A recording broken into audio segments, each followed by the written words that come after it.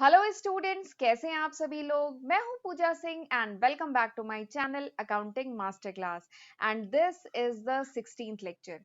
ये मेरा 16वां लेक्चर है on the subject business mathematics and इस टाइम हम लोग पढ़ रहे हैं चैप्टर डिटर्मिनेंट। 3 लेक्चर वीडियो मैं ऑलरेडी अपलोड कर चुकी हूँ इस चैप्टर पे। This is my 4th lecture, ये मेरा चौथा लेक्चर है डिटर्मिनेंट पे।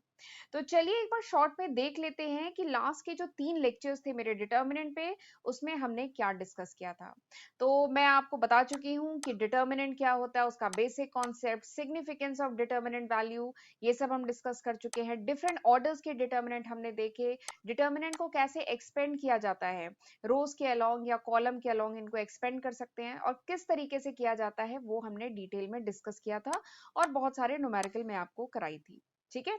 फिर उसके बाद जो पार्ट सेकंड था डिटर्मिनेंट का, उसमें मैंने आपको बहुत सारी इंपॉर्टेंट प्रॉपर्टीज बताई थी डिटर्मिनेंट की। तो हमने 6 इंपॉर्टेंट प्रॉपर्टी डिस्कस की थी और ये प्रॉपर्टी काफी इंपॉर्टेंट है क्योंकि ये वैल्यूएशन ऑफ डिटर्मिनेंट को अगर इवैल्यूएट करना हो, ठीक है, तो वहां पे ये प्रॉपर्टी काफी काम आती है। इन प्रॉपर्टी को यूज करके आप कह लीजिए जो भी कैलकुलेशन है ना उसको बहुत सिंप्लीफाई कर सकते हैं। इवन कुछ प्रॉपर्टीज तो ऐसी हैं कि उनको यूज करके आप डिटर्मिनेंट को देख के ही उनकी वैल्यू निकाल सकते हैं। ठीक है। तो ये प्रॉपर्टीज काफी इंपॉर्टेंट है, 6 इंपॉर्टेंट प्रॉपर्टी है, तो वो हमने पार्ट सेकंड में डिस्कस किया था। और पिछले लेक्चर में मैंने आपको बताया था एरिया ऑफ ट्रायंगल। वैसे तो कोऑर्डिनेट ज्योमेट्री में अगर 3 कोऑर्डिनेट दिए हैं x1 y1 x2 y2 x3 y3 अगर कोऑर्डिनेट दिए हैं तो आपने एरिया ऑफ ट्रायंगल निकालना कोऑर्डिनेट ज्योमेट्री में आपने सीखा है। ठीक है। लेकिन अब आप डिटर्मिनेंट पढ़ चुके हैं। ठीक है। तो डिटर्मिनेंट की हेल्प से कैसे area of triangle find out किया जाता है, ठीक है, वो मैंने आपको पार्ट 3 में बताया था। ठीक। और उसके साथ ही हमने माइनर एंड को फैक्टर, ये 2 इंपॉर्टेंट टर्म और पढ़े थे और ये टर्म भी बहुत इंपॉर्टेंट है क्योंकि आज के लेक्चर में हम पढ़ने वाले हैं एडजॉइंट। ठीक है। Adjoint of a matrix and inverse of a matrix. तो adjoint and inverse of matrix निकालने के लिए हमें माइनर एंड कोफैक्टर की जरूरत पड़ेगी। तो इसीलिए मैंने लास्ट लेक्चर में बताया था कि माइनर और कोफैक्टर अच्छे से निकालना सीख लीजिएगा क्योंकि आज के लेक्चर में हम जो एडजॉइंट और इनवर्स निकालेंगे उसमें हम माइनर जिसको एम आई जे से रिप्रेजेंट करते हैं एंड कोफैक्टर जिसको ए आई जे से रिप्रेजेंट करते हैं, उनका यूज करके हम adjoint of a matrix and inverse of a matrix निकालेंगे। ठीक। तो ये हम आज के लेक्चर में करने वाले हैं। ओके। और लेक्चर स्टार्ट करने से पहले मैं एक सजेशन भी देना चाहूंगी कि देखिए ये जो है ना ये मैथ्स का सब्जेक्ट है और मैथ्स में आप जितना ज्यादा क्वेश्चन लगाएंगे उतना ज्यादा अच्छा है, उतना आपका कॉन्सेप्ट क्लियर होता जाएगा। और क्योंकि ये एक वीडियो लेक्चर है, मैं यहाँ पे लिमिटेड नंबर ऑफ क्वेश्चन ही करा सकती हूँ, बट मैं कोशिश करती हूँ कि मैं ज्यादा से ज्यादा आपको क्वेश्चन कराऊं, न्यूमेरिकल कराऊं। ठीक है। बट यहाँ पे क्योंकि लिमिटेड टाइम है और मुझे सिलेबस भी कंप्लीट करना है, तो मैं आपको बेसिक कॉन्सेप्ट बताती हूँ और कुछ क्वेश्चन कराती हूँ। ठीक है।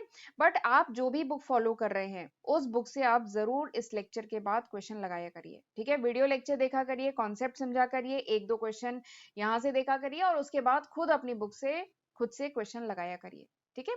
उसका फायदा ये होगा कि जब आप खुद क्वेश्चन लगाएंगे ना तो देखेंगे प्रॉब्लम कहाँ पे आ रही है, कैलकुलेशन में मिस्टेक आ रही है कि लॉजिक नहीं समझ में आ रहा है, दिक्कत कहाँ पे है। ठीक है। तो आप अपनी मतलब वो प्रॉब्लम सॉर्ट आउट कर पाएंगे। ओके। तो चलिए फिर हम आज का लेक्चर स्टार्ट करते हैं। Adjoint of a matrix. Adjoint of a matrix, तो एडजॉइंट कैसे निकाला जाता है। तो सपोज करिए there is an square matrix A, एक स्क्वायर मैट्रिक्स ए है जिसके एलिमेंट है ए आई जे और ये एन क्रॉस एन की एक स्क्वायर मैट्रिक्स है। ठीक है। इसका ऑर्डर क्या है एन, ये एन क्रॉस एन की स्क्वायर मैट्रिक्स है। तो अगर मुझे निकालना है एडजॉइंट ऑफ अ मैट्रिक्स, ठीक है, तो एडजॉइंट ऑफ अ मैट्रिक्स क्या होता है, ये जो एलिमेंट्स हैं ए आई जे, ठीक है, हर एलिमेंट का जो को फैक्टर होगा, ठीक है, ये जो स्क्वायर मैट्रिक्स है इसके हर एलिमेंट का जो को फैक्टर होगा उससे जो मैट्रिक्स बनेगी, ठीक है, इसके हर एलिमेंट का जो को फैक्टर होगा उससे जो मैट्रिक्स बनेगी उसका ट्रांसपोज लिया जाएगा। ठीक है। And that is the adjoint of a matrix. ठीक। एक बार फिर से बोल रही हूँ, अच्छा ये एग्जाम्पल से समझाती हूँ। सपोज करिए ये स्क्वायर मैट्रिक्स है, ठीक है, इसके एलिमेंट क्या है, स्मॉल ए 1 1 1 2 1 3, ठीक है, ये स्क्वायर मैट्रिक्स है, इसके एलिमेंट ये दिए गए हैं। अब इन एलिमेंट्स का जो को फैक्टर होगा, ठीक है, इन एलिमेंट्स का जो को फैक्टर होगा, तो हम लास्ट लेक्चर में मैंने बताया था को फैक्टर को हम ऐसे रिप्रेजेंट करते हैं ना, ए आई जे, कैपिटल ए आई जे से। तो को फैक्टर, इन एलिमेंट्स का जो को फैक्टर होगा उनसे जो मैट्रिक्स बनेगी, तो उनसे कुछ ये मैट्रिक्स बनेगी, capital A 1 1 1 2 1 3, capital A 2 1, capital A 2 2, capital A 2 3, ठीक है। तो ये बनेगी कोफैक्टर से जो मैट्रिक्स बनेगी वो कुछ ऐसी मैट्रिक्स बनेगी। अब इस मैट्रिक्स का हम लेंगे ट्रांसपोज। ट्रांसपोज को ऐसे शो करते थे ना डैश करके, या ये ऐसा पावर टी लिख दीजिए। तो इस मैट्रिक्स का लेंगे ट्रांसपोज और उसी को हम कहते हैं एडजॉइंट ऑफ अ मैट्रिक्स, ठीक है। इसी को हम कहते हैं adjoint of a square matrix, ठीक है। और ट्रांसपोज कैसे लेते हैं याद है ना? ट्रांसपोज के लिए क्या करते हैं हम? रो को कॉलम से इंटरचेंज कर देते हैं। First row become first column, second row become second column, third row become third column, ठीक है। तो उससे क्या बनता है? उससे आता है हमारा एडजॉइंट ऑफ अ मैट्रिक्स। तो एडजॉइंट ऑफ मैट्रिक्स निकालना है तो उसके लिए हमें क्या करना पड़ेगा? मैट्रिक्स के जो हर एलिमेंट है इनका कोफैक्टर फाइंड आउट करिए, और फिर जो कोफैक्टर से जो मैट्रिक्स बनी है, ठीक है, उसका क्या लेंगे? ट्रांसपोज, ठीक है। तो हमारा आ जाएगा एडजॉइंट ऑफ अ मैट्रिक्स, ठीक। एक बार वीडियो पॉज करके ये पढ़ लीजिएगा। Adjoint of A square matrix is transpose of the matrix. ये क्या होता है? This is the transpose of matrix this, इस मैट्रिक्स का ट्रांसपोज। और ये मैट्रिक्स क्या है? ये मैट्रिक्स देखिए कैपिटल ए आई जे लिखा है, इसका मतलब क्या है? ये कोफैक्टर है, ठीक है। यानी जो कोफैक्टर ऑफ द एलिमेंट, यानी जो ये स्मॉल ए आई जे जो एलिमेंट्स हैं इनके कोफैक्टर से जो मैट्रिक्स बनी है उसका सिंपली ट्रांसपोज ले लीजिए, तो आपका क्या आ जाता है? एडजॉइंट ऑफ अ मैट्रिक्स, ठीक। तो इसी को एडजॉइंट कहते हैं। चलिए एक क्वेश्चन कराती हूँ तो और अच्छे समझ में आएगा। आपको बताना है adjoint of a matrix A, जहाँ पे मैट्रिक्स ए आपको दी गई है ये 2 3 1 4, ठीक है। ये 2 क्रॉस 2 की एक स्क्वायर मैट्रिक्स है, आपको फाइंड करना है एडजॉइंट ऑफ अ मैट्रिक्स, ठीक। सिंपल सा है। तो adjoint of a matrix find out करने के लिए मैंने बताया था, जैसे इसके जो इन एलिमेंट्स के जो कोफैक्टर है, ठीक है, उनसे जो मैट्रिक्स बनेगी उसका ट्रांसपोज लेंगे।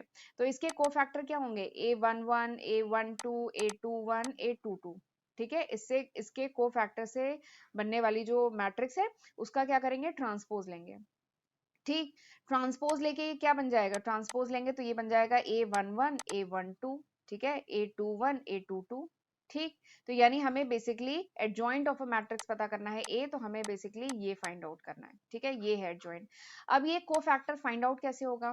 तो लास्ट लेक्चर में कोफैक्टर मैंने बहुत डिटेल में बताया था, तो ऐसे निकालते हैं कोफैक्टर। कोफैक्टर के लिए हमें क्या पता होना चाहिए? माइनर, ठीक है। और माइनर कैसे फाइंड आउट करते थे? माइनर के लिए हम जैसे सपोज करिए M11 माइनर 1 पता करना है, तो यानी फर्स्ट रो और फर्स्ट कॉलम को डिलीट करें तो क्या बचा? 4। तो माइनर M11 जो है वो है 4। फिर अगर मुझे M12 पता करना है, यानी फर्स्ट रो और सेकंड कॉलम को डिलीट करिए तो क्या बचा? 1, ठीक है। और ऐसे ही M21 पता करना है, यानी सेकेंड रो और फर्स्ट कॉलम को डिलीट करिए तो आएगा 3, ठीक। और ऐसे ही M22 को पता करना है तो क्या होगा? सेकेंड रो और सेकेंड कॉलम को डिलीट करिए तो आएगा 2। तो हमारा माइनर आ गया, ठीक है। और फिर माइनर को किससे मल्टीप्लाई करते थे? -1 का पावर i प्लस जे से मल्टीप्लाई करते थे, या दूसरे शब्दों में कह लीजिए i प्लस जे अगर इवन है तो +1 से मल्टीप्लाई करो, और i प्लस जे अगर ऑड है तो किससे मल्टीप्लाई करो? -1 से, सिंपल। तो यहाँ पर क्या है? इवन है, 1 + 1 2 इवन है, तो यानी 4, ठीक है। यानी माइनर को हमने 1 से मल्टीप्लाई किया 4, तो वो क्या आ गया? A11, ठीक।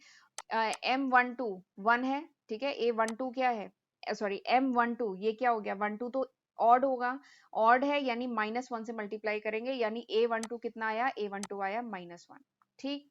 फिर उसके बाद M21 2 + 1 3 है, ठीक है। 2 + 1 क्या है? 3 है, ऑड है, तो यानी इस 3 को हम -1 से मल्टीप्लाई करेंगे तो आ गया A21 कितना आ गया? -3, ठीक। फिर उसके बाद M22 ये 22 क्या है? इवन है, तो यानी इसको +1 से मल्टीप्लाई करेंगे तो A22 आ गया 2, ठीक। तो इस तरीके से हमारे कोफैक्टर आ गए। अब कोफैक्टर को उठा के इस वाला ये जो ट्रांसपोज ऑफ अ मैट्रिक्स ये है, इसमें आप पुट करेंगे तो A11 कितना है? A11 है 4, A21 कितना है? 21 है -3, A12 कितना है? ये है -1, और A22 कितना है? ये है 2, ठीक। तो this is the adjoint of a matrix A. ये आ गया adjoint of a matrix A, simple है, ठीक है। तो इस तरीके से आप कैलकुलेट करेंगे, राइट। चलिए आगे बढ़ते हैं। अब हम पढ़ने वाले हैं कुछ थ्योरम्स, ठीक है। और ये आज मैं कुछ 4-5 थ्योरम आपको बताऊंगी, और ये थ्योरम बहुत इंपॉर्टेंट है, ठीक है। इन थ्योरम का वेरिफिकेशन के लिए क्वेश्चन आते हैं, ठीक है। तो ये थ्योरम को थोड़ा ध्यान से समझिएगा।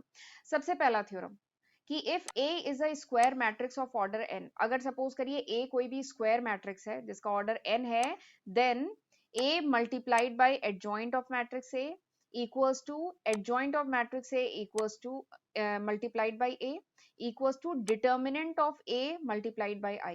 ठीक है, दिस इज द थ्योरम। ये थ्योरम क्या है कि A को चाहे उसके एडजॉइंट से मल्टीप्लाई करो या एडजॉइंट ऑफ ए को ए से मल्टीप्लाई करो, दोनों बराबर होंगे। और ये किसके बराबर होंगे? डिटर्मिनेंट ऑफ ए इंटू आई, जिसमें आई क्या है? I is the identity matrix और इसका ऑर्डर भी एन है। ठीक है, तो ये इसके इक्वल होता है। तो इसका वेरिफिकेशन पूछा जाता है एग्जाम में, आपको इसका वेरिफिकेशन पूछा जाएगा तो आप कोई भी मैट्रिक्स ए ले सकते हैं और इसको आप वेरीफाई करके प्रूव करेंगे।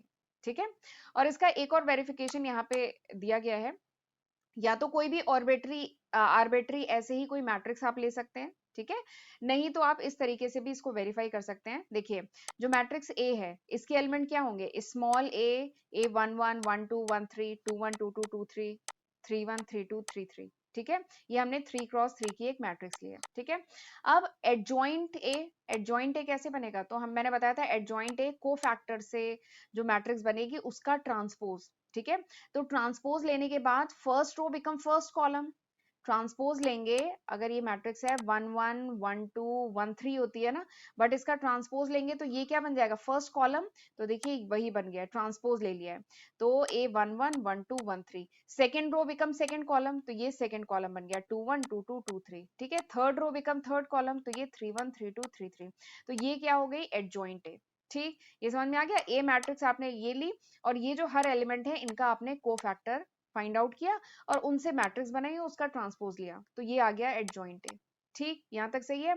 अब देखिए, इस थ्योरम में क्या कहा गया है कि ए को अगर आप एडजॉइंट ए से मल्टीप्लाई करें, ठीक है, या एडजॉइंट ए को ए से मल्टीप्लाई करें, वो कितना आएगा? Determinant of A multiplied by आई, ये आएगा। ठीक है, तो हमें ये प्रूव करना है। तो जरा दोनों को मल्टीप्लाई करें, ए इंटू एडजॉइंट ए करें, तो ए मैट्रिक्स ये है, एडजॉइंट ए मैट्रिक्स ये है। अब इसको मल्टीप्लाई करें। ठीक, अब इसको मल्टीप्लाई करेंगे तो लास्ट लेक्चर में, अगर आपने मेरा पिछला लेक्चर देखा है वैसे देख लीजिएगा, क्योंकि उसमें मैंने कोफैक्टर और माइनर बहुत डिटेल में पढ़ाया है।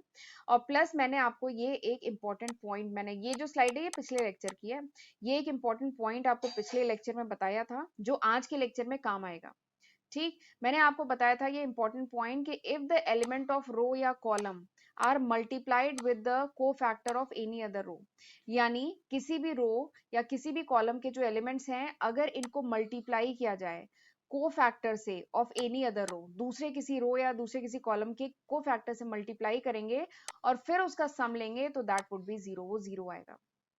ठीक है, जैसे स्मॉल a 1 1 को कैपिटल को फैक्टर ऑफ सेकेंड रो के एलिमेंट जो है उनके को फैक्टर से अगर आप मल्टीप्लाई करेंगे, देखिए फर्स्ट रो का एलिमेंट है उसको सेकेंड रो के एलिमेंट के को फैक्टर से मल्टीप्लाई किया, फर्स्ट रो का एलिमेंट है सेकेंड रो के को फैक्टर से मल्टीप्लाई किया, फर्स्ट रो का एलिमेंट है सेकेंड रो के एलिमेंट के को फैक्टर से मल्टीप्लाई करेंगे, और जब ये मल्टीप्लाई करेंगे तो यू विल गेट जीरो, आपका जीरो आएगा। ठीक है, आंसर क्या आएगा? जीरो आएगा। ये मैंने इंपॉर्टेंट पॉइंट आपको लास्ट लेक्चर में बताया था और यही लॉजिक हम यहाँ पे यूज करने वाले हैं। ठीक है, अगर मैं ए मैट्रिक्स, एक बार स्क्रीन क्लियर करती हूँ, अगर मैं ए मैट्रिक्स और एडजॉइंट ए मैट्रिक्स को मल्टीप्लाई करूंगी, ठीक है, तो क्या होगा? फर्स्ट रो को मल्टीप्लाई करेंगे फर्स्ट कॉलम से, ठीक है, फर्स्ट रो को फिर मल्टीप्लाई करेंगे सेकंड कॉलम से, देखिए यही होगा ना। अगर मैं इसको मल्टीप्लाई करूं, अगर मैं मल्टीप्लाई को p लिखती हूँ, ठीक है, p11 p12 p13 ये होगा, यानी फर्स्ट रो को फर्स्ट कॉलम से पहले मल्टीप्लाई करेंगे, फिर फर्स्ट रो को सेकंड कॉलम से करेंगे, फिर फर्स्ट रो को थर्ड कॉलम से करेंगे, मल्टीप्लाई ऐसे करेंगे ना। एक मल्टीप्लीकेशन ऑफ मैट्रिक्स पे भी मेरी सेपरेट वीडियो है, आप देख सकते हैं। तो जब मैं फर्स्ट रो को फर्स्ट कॉलम से मल्टीप्लाई करूंगी, ठीक है, तो क्या होगा? Small a 1 1 into capital A 1 1 plus small a 1 2 multiplied by capital A 1 2, small a 1 3 multiplied by capital A 1 3। ठीक है, जब आप इसको मल्टीप्लाई करते हैं तो क्या आता है? याद करिए, डिटर्मिनेंट के वैल्यूएशन में मैंने बताया था क्या आता है, वो a डिटर्मिनेंट ही तो आएगा। ठीक है, तो आपने फर्स्ट रो को फर्स्ट कॉलम से मल्टीप्लाई किया, ठीक है, p11 फर्स्ट रो को फर्स्ट कॉलम से मल्टीप्लाई किया तो आया डिटर्मिनेंट a। और जब आप फर्स्ट रो को सेकंड कॉलम से मल्टीप्लाई करेंगे तो देखिए फर्स्ट रो के एलिमेंट को सेकंड रो के एलिमेंट के को फैक्टर से मल्टीप्लाई कर रहे हैं, तो अभी पिछले ये मैंने स्लाइड पे बताया ना क्या आएगा? सम जीरो आएगा, तो यहाँ पे आ जाएगा जीरो। ठीक है। और अब फर्स्ट रो के एलिमेंट को सेकेंड रो के थर्ड रो के एलिमेंट के को फैक्टर से मल्टीप्लाई कर रहे हैं, तो अगेन क्या आएगा, 0। ठीक है, तो यहाँ पे आ गया 0। इसी तरीके से फिर सेकेंड रो को मल्टीप्लाई करेंगे। सेकेंड रो को पहले फर्स्ट कॉलम से, फिर सेकेंड कॉलम से, फिर थर्ड कॉलम से। तो जब फर्स्ट कॉलम से मल्टीप्लाई करेंगे तो 0 आएगा, थर्ड कॉलम से करेंगे तो 0 आएगा, और जब सेकेंड कॉलम से करेंगे तो डिटर्मिनेंट ए आएगा। ऐसे ही आप थर्ड रो को करेंगे मल्टीप्लाई। ठीक, ये कर लिया। अब आप देख रहे हैं, आप फर्स्ट सेकेंड थर्ड रो में जो डिटर्मिनेंट ए है आप इसको कॉमन ले सकते हैं। इसमें देखिए first row, second row, third row, इनमें मैं डिटर्मिनेंट ए बाहर कॉमन ले लूं। डिटर्मिनेंट ए मैंने बाहर कॉमन ले लिया तो क्या आ गया, 1 1 1। This is identity matrix. तो ये क्या है, identity matrix multiplied by determinant A. तो हमारा प्रूव हो गया। ठीक है, और अभी तो मैंने ए को मल्टीप्लाई किया है एडजॉइंट ए से। ठीक है, आप करके देखिएगा दोबारा, एडजॉइंट ए को मल्टीप्लाई कर लीजिएगा ए से, तो भी क्या आएगा, डिटर्मिनेंट ए मल्टीप्लाइड बाय आई। ठीक है, and this is very important theorem, ये बहुत इंपॉर्टेंट थ्योरम है। कॉम्पिटेटिव एग्जाम में तो डायरेक्टली इसको पूछा जाता है कि दिस इज ट्रू और फॉल्स। ठीक है, 4 ऑप्शन दे दिए जाएंगे कौन सा सही है, तो ये सब लर्न होना चाहिए तभी आप कर पाएंगे, क्योंकि कॉम्पिटेटिव एग्जाम में तो आप अगर इसको प्रूव करने लगे इसको, तो फिर नहीं हो पाएगा, उतना टाइम नहीं रहता है। तो ये सब लर्न होना चाहिए। ए इंटू एडजॉइंट है या एडजॉइंट है into A, this is equal to determinant into I. ठीक, चलिए आगे बढ़ते हैं। अब थोड़ा समझते हैं singular and non singular matrix. ये भी बहुत इंपॉर्टेंट कॉन्सेप्ट है, क्योंकि अभी मैं जब इनवर्स पढ़ाऊंगी ना तो ये कॉन्सेप्ट यूज होगा। तो एक स्क्वायर मैट्रिक्स ए है, ठीक है, इसको हम सिंगुलर मैट्रिक्स कब कहेंगे, अगर determinant of A equals to 0। अगर determinant of A equals to 0, determinant of matrix A equals to 0 है, तो इसका मतलब क्या है, मैट्रिक्स सिंगुलर है। जैसे सपोज करिए ये एक डिटर्मिनेंट है, सॉरी ये एक मैट्रिक्स ए है, ठीक है, इसका हम डिटर्मिनेंट निकालें। डिटर्मिनेंट निकालने के लिए क्रॉस मल्टीप्लाई करते हैं तो क्या आएगा, 8 minus 8 which is equal to 0, यानी matrix A is singular matrix. ठीक, फिर अगर एक स्क्वायर मैट्रिक्स ए है, ठीक है, हम इसको नॉन सिंगुलर कब कहेंगे, अगर डिटर्मिनेंट की वैल्यू जो है this is not equal to 0। अगर डिटर्मिनेंट की वैल्यू 0 नहीं आती है तो ये एक नॉन सिंगुलर मैट्रिक्स है। ठीक है, जैसे ये डिटर्मिनेंट है, ये एक मैट्रिक्स है, ठीक है, इसका डिटर्मिनेंट निकालना है तो हम क्रॉस मल्टीप्लाई करें, दिस दिस, यानी कितना है, 4 माइनस 6 यानी -2 which is not equal to 0। ये 0 के बराबर नहीं है, यानी it's a non singular matrix. ठीक, चलिए आगे बढ़ते हैं। अच्छा, आगे बढ़ने से पहले मैं बताना चाहती हूँ कि this is the list of subject. ये वो लिस्ट ऑफ सब्जेक्ट है जो मैं आज की तारीख यानी मई 2022 तक अपने चैनल पे अपलोड कर चुकी हूँ। अगर ये वीडियो आप कुछ महीने बाद देख रहे हैं, कुछ साल बाद देख रहे हैं, तो होपफुली मैं इसमें काफी न्यू सब्जेक्ट ऐड कर चुकी होंगी। ये अभी तक है, मई 2022 तक है। तो मेरा बस यही कहना है कि इन वीडियो लेक्चर्स का फायदा उठाइएगा, खुद भी पढ़िएगा और अपने फ्रेंड्स के साथ भी इनको ज्यादा से ज्यादा शेयर करिएगा। राइट, और चैनल पे पहली बार आए हैं, चैनल को अभी तक नहीं सब्सक्राइब किया है, तो प्लीज सब्सक्राइब कर लीजिएगा। ठीक है, और नोटिफिकेशन बेल भी प्रेस करिएगा, तभी आपको नोटिफिकेशन मिल पाएगी of my upcoming videos. Right, 400 से भी ज्यादा वीडियो लेक्चर्स मैं अपने चैनल पे अपलोड कर चुकी हूँ, और ये सब मैंने आपके लिए किया है। ठीक, तो इनका जरूर फायदा उठाइएगा, और प्लीज मुझे कमेंट सेक्शन में जरूर बताइएगा कि हाउ वाज दिस लेक्चर, ये लेक्चर कैसा था, आपके लिए यूजफुल था कि नहीं, आपको समझ में आया कि नहीं। ठीक है, चलिए कुछ और थ्योरम देखते हैं। नेक्स्ट थ्योरम क्या है, if A and B are non singular matrix. अगर ए और बी कोई नॉन सिंगुलर मैट्रिक्स है, नॉन सिंगुलर मैट्रिक्स का मतलब क्या है कि determinant of A is not equal to 0 and determinant of B is not equal to 0। ठीक है, यही है ना, ए और बी अगर कोई नॉन सिंगुलर मैट्रिक्स है ऑफ सेम ऑर्डर, इनका अगर ऑर्डर सेम है, सपोज करिए एन है, then determinant of A B, ठीक है, तब ये जो मैट्रिक्स ए बी है एंड मैट्रिक्स बी ए है, this will also be non singular matrix. ठीक है, थ्योरम क्या है, अगर ए मैट्रिक्स, ठीक है, और बी मैट्रिक्स अगर नॉन सिंगुलर मैट्रिक्स है, ऑर्डर सेम है, तो A B, A into B and B into A, ये भी क्या होगी, नॉन सिंगुलर मैट्रिक्स होगी। ये भी क्या होगी, नॉन सिंगुलर मैट्रिक्स होगी ऑफ सेम ऑर्डर, इनका भी ऑर्डर सेम होगा। ठीक है, नॉन सिंगुलर होगी, इसका मतलब क्या है, determinant of A B will not equal to 0, और डिटर्मिनेंट ऑफ बी ए, ये भी क्या होगी, नॉट इक्वल टू 0 होगा। ठीक है, क्योंकि नॉन सिंगुलर मैट्रिक्स है, इनका ऑर्डर भी सेम रहेगा। ठीक है, तो this is an important theorem. एक और थ्योरम देखते हैं।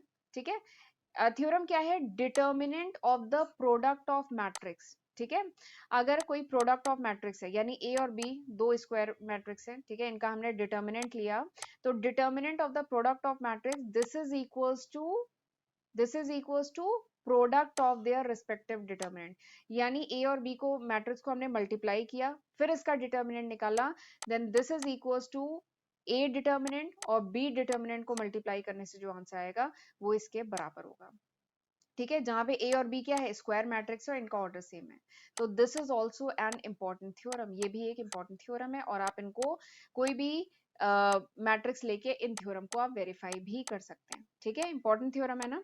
चलिए आगे बढ़ते हैं, अब ये सबसे इंपॉर्टेंट है। ठीक है, और इसी पे आने वाला है न्यूमेरिकल थ्योरम। क्या कहता है, अभी मेरा टॉपिक ही आज का था कि adjoint and inverse of matrix. तो एडजॉइंट तो मैंने बता दिया, एडजॉइंट कैसे निकलता है, बताइए कैसे निकलता है। वैसे एडजॉइंट के लिए क्या करते हैं कि जितने भी एलिमेंट्स हैं मैट्रिक्स के, ठीक है, उनका जो कोफैक्टर है, ठीक है, जो एलिमेंट है मैट्रिक्स के उनका आप लेंगे कोफैक्टर। ठीक है, हर एलिमेंट का आप कोफैक्टर लेंगे और फिर इन कोफैक्टर से जो मैट्रिक्स बनेगी उसका क्या करेंगे, ट्रांसपोज। ठीक है, तो क्या मिलेगा आपको, एडजॉइंट ऑफ अ मैट्रिक्स। ठीक, तो एडजॉइंट तो मैंने समझा दिया। फिर आज का टॉपिक इनवर्स भी तो था कि इनवर्स ऑफ अ मैट्रिक्स। तो अब मैं आपको यही बताने जा रही हूँ, inverse of a matrix, inverse कैसे निकलेगा। तो सपोज करिए कोई स्क्वायर मैट्रिक्स ए है, तो ये मैट्रिक्स इन्वर्टिबल कब होगी, इनवर्स उसका कब एग्जिस्ट करेगा, if and only if A is a non singular matrix. अगर ए जो है, ए मैट्रिक्स जो है, अगर ये नॉन सिंगुलर मैट्रिक्स है, नॉन सिंगुलर मैट्रिक्स मतलब determinant of A is not equal to zero. ठीक है, नॉन सिंगुलर मतलब क्या है, determinant of A is not equal to zero. अगर determinant of A not equal to zero है तभी ये मैट्रिक्स क्या है, इन्वर्टेबल मैट्रिक्स है और तभी इसका क्या है, इनवर्स एग्जिस्ट करेगा। ठीक है, और इनवर्स कैसे निकालेंगे, ए इनवर्स कैसे निकालेंगे, ए इनवर्स का फॉर्मूला ये है, 1 by determinant of A matrix multiplied by adjoint A. This is the formula for calculating the A inverse. A inverse calculate करने का ये फॉर्मूला है। लेकिन इसे कैलकुलेट करने से पहले आप सबसे पहले क्या करेंगे, चेक करेंगे कि whether this matrix is singular और नॉन सिंगुलर। अगर नॉन सिंगुलर होगी तभी आप ए इनवर्स कैलकुलेट करेंगे, ए इनवर्स तभी एग्जिस्ट करेगा, अदरवाइज नहीं एग्जिस्ट करेगा। ठीक है, तो ये आपको पहला काम करना है। तो चलिए अब मैं एक क्वेश्चन कराती हूँ, इससे आपका कॉन्सेप्ट पूरी तरीके से समझ में आ जाएगा। आज का कॉन्सेप्ट ये इनवर्स कैलकुलेट करना आप समझ जाएंगे। ठीक है, तो ए आपको एक मैट्रिक्स दी गई है, ठीक है, इसके एलिमेंट्स आपको ये दिए गए हैं, आपको वेरीफाई करना है A into adjoint A equals to determinant multiplied by I. याद है हमने जो थ्योरम पढ़ा था, वो आपको सबसे पहले वेरीफाई करना है और उसके साथ ही आपको फाइंड आउट करना है ए इनवर्स। ठीक है, दो काम करने हैं इस क्वेश्चन में। ठीक, तो चलिए करना शुरू करें। तो सबसे पहले तो देखिए हमें यहाँ पे डिटर्मिनेंट ऑफ ए की जरूरत है। ठीक है, तो वो निकाल लेते हैं और उसके साथ ही ए इनवर्स एग्जिस्ट करेगा कि नहीं करेगा, तो उसके लिए भी तो हमें डिटर्मिनेंट निकालने की जरूरत है, क्योंकि उससे हमें फाइंड आउट हम कर पाएंगे कि ये सिंगुलर मैट्रिक्स है कि नॉन सिंगुलर मैट्रिक्स है। तो सबसे पहले हम ए डिटर्मिनेंट फाइंड आउट करते हैं। ठीक, डिटर्मिनेंट को एक्सपेंड करना बताया था, रो के अलोंग कर सकते हैं, कॉलम के अलोंग कर सकते हैं। मैं रो फर्स्ट रो के अलोंग करती हूँ। ठीक है, तो ये लिया +1, दिस इज -1, दिस इज +1। ये क्या लिखा है मैंने, +1 -1 +1 क्या लिखा है, इससे हम मल्टीप्लाई करेंगे। ठीक है, वो लिखा है। तो पहला एलिमेंट लिया 1, ठीक है, और फिर 1 इंटू ये क्रॉस मल्टीप्लाई करेंगे। ठीक है, 4 4 जा 16 और 3 3 जा 9, ये आया। फिर 3 इंटू -1 तो -3 आ गया। ठीक है, फिर इस रो, फर्स्ट रो और सेकंड कॉलम को छोड़ के एलिमेंट क्या बचे, 1 1 और 3 4 बचे। अब क्रॉस मल्टीप्लाई करिए, 4 इंटू 1 और 1 इंटू 3 यानी 4 -3, ये आया। फिर इसके बाद 3 इंटू +1 तो ये आया 3। ठीक है, और फिर ये जो एलिमेंट है ये, इनको क्रॉस मल्टीप्लाई करिए, 3 -4 तो 3 -4 आ गया। ठीक है, तो ये आ गया। अब इसे कैलकुलेट करिए, ये आया 1 और ये आ गया 7। हाँ, ये 7 -3 1, इधर 3 और ये -1। ठीक है, इधर माइनस, ये आ गया -3 यानी -6, 7 -6 +1 यानी +1 आ गया। यानी ये जो मैट्रिक्स है ये क्या है, नॉन सिंगुलर मैट्रिक्स। ये नॉन सिंगुलर मैट्रिक्स है, इसका मतलब क्या है, A inverse exist, A inverse exist करेगा। ठीक है, तो अब हमने ये जो प्रूव करना है इसमें हमने determinant of A find out कर लिया। ठीक है, डिटर्मिनेंट ऑफ ए क्या है, 1 आया है और आइडेंटिटी मैट्रिक्स भी का भी तो 1 होता है। ठीक है, तो चलिए अभी हम लोग इधर जो राइट हैंड साइड है वो हमें प्रूव करना है, पहले हम लेफ्ट हैंड साइड से शुरू करते हैं। ठीक, तो चलिए एक बार मैं स्क्रीन क्लियर कर देती हूँ। लेफ्ट हैंड साइड से शुरू करते हैं, ए इंटू एडजॉइंट ए हमें करना है। ठीक है, तो ए मैट्रिक्स तो हम जानते हैं, क्वेश्चन में दी गई है। तो चलिए पहले हम एडजॉइंट ए पता करें। तो एडजॉइंट ए के लिए मैंने बताया था ना, एडजॉइंट ए के लिए सबसे पहले देखिए एडजॉइंट ए क्या होगा, A11 एडजॉइंट ए क्या होगा, को फैक्टर, उसके जो एलिमेंट है ए मैट्रिक्स के एलिमेंट का जो को फैक्टर होगा उसका ट्रांसपोज। तो चलिए मैं ट्रांसपोज करके लिख देती हूँ, A11 A12 A13, first row first column, first row second column, first row third column, मैंने ट्रांसपोज ले लिया है, ठीक है। फिर सेकंड रो ना, A21 22 23, ठीक है। फिर A31 32 33, ठीक। ये क्या आया, ये आया, this is the adjoint A, ठीक है, यही तो एडजॉइंट ए है, मैंने ट्रांसपोज ले लिया, को फैक्टर लिखे और को फैक्टर का ट्रांसपोज करेंगे तो यही आएगा ना, ठीक है। अब मुझे ये को फैक्टर फाइंड आउट करना है। तो को फैक्टर हम जानते हैं, को फैक्टर क्या होता है, -1 का power i plus J M I J, यही होता है ना को फैक्टर, जिसमें m क्या है, एम आई जे क्या है, माइनर, ठीक है। माइनर कैसे निकलता है, उस रो और उस कॉलम को जिसमें वो एलिमेंट लाई करता है, उस रो को और उस कॉलम को डिलीट करने के बाद जो बचता है उसको क्रॉस मल्टीप्लाई करेंगे तो माइनर आएगा, ठीक। चलिए चलिए हम माइनर निकालते हैं। जैसे M11 मैं निकालती हूँ, M11 क्या है, यानी फर्स्ट रो और फर्स्ट कॉलम को डिलीट करो, तो क्या आया 4334, ठीक है। अब इसको कैलकुलेट करिए, 4 4 जा 16 -9 यानी आ गया 7, माइनर कितना आ गया 7, तो यानी M11 कितना आ गया 7, ठीक। फिर अब मैं M12 निकालती हूँ, ठीक है, मैं कुछ ही निकालूंगी, बाकी मैं आपको होमवर्क दूंगी, आप खुद से निकालिए, ठीक है। M12 यानी फर्स्ट रो और सेकंड कॉलम को डिलीट करो, ठीक है, तो क्या बचा 1134, यही बचा ना, क्रॉस मल्टीप्लाई करिए, 4 -3 तो आ गया 1, ठीक है। तो माइनर 12 कितना आ गया 1, ठीक है। अब निकालते हैं M13, 13 मतलब फर्स्ट रो और थर्ड कॉलम को डिलीट करिए, तो आ गया ये ना, तो आ गया 1143, तो यानी ये आ गया 3 - 4 = -1, ठीक है। तो यानी माइनर 13 कितना आ गया -1, ठीक।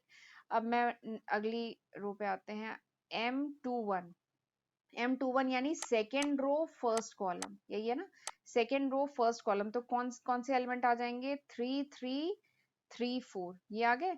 तो अब इसको क्रॉस मल्टीप्लाई करिए, 12 - 9 = 3, यानी -21 = 3, ठीक है।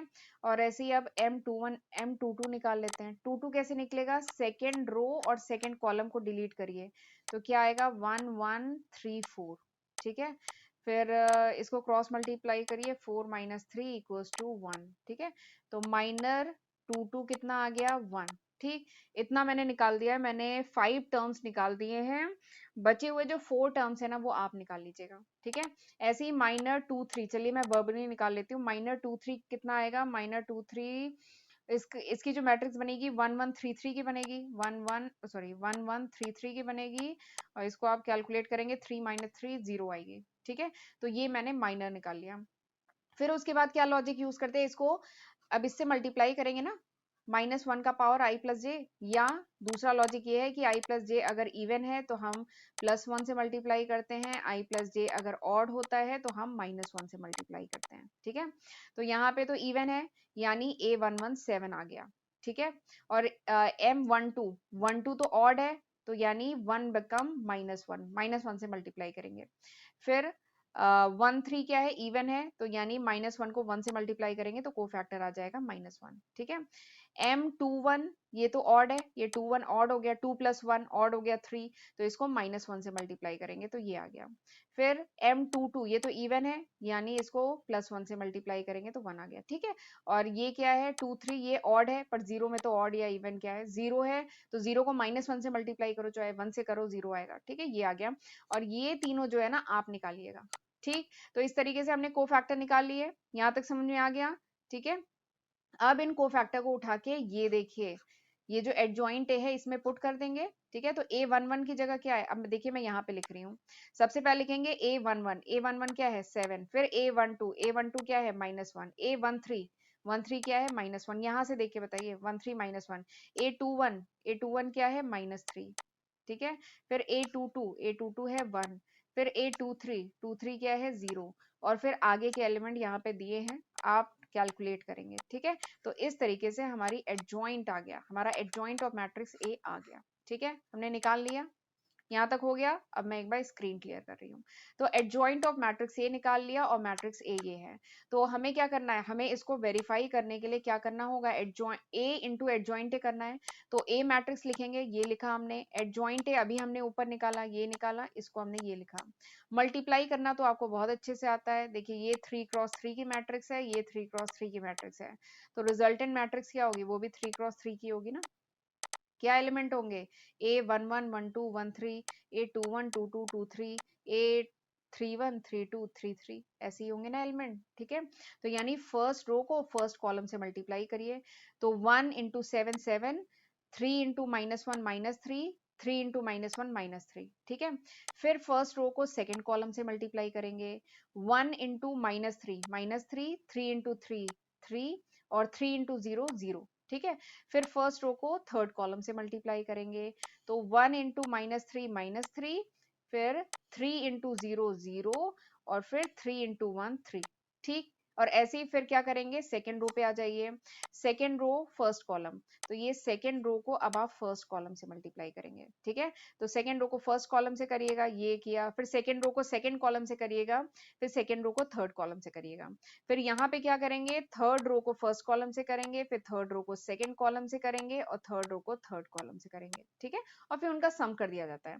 तो आपकी ये आ गई मैट्रिक्स। और जब आप इसको इवेल्युएट करेंगे, देखिए 7 - 6 1, -3 + 3 कट गया 0, इधर -3 + 3 कट गया 0, इधर क्या आ गया 7 - 7 0, ये क्या आ गया +4 - 3 1। ठीक है, और जब आप इसको कैलकुलेट करेंगे तो ये आएगा आपका। ठीक है, और आप जरा देखिए, ये तो आइडेंटिटी मैट्रिक्स है।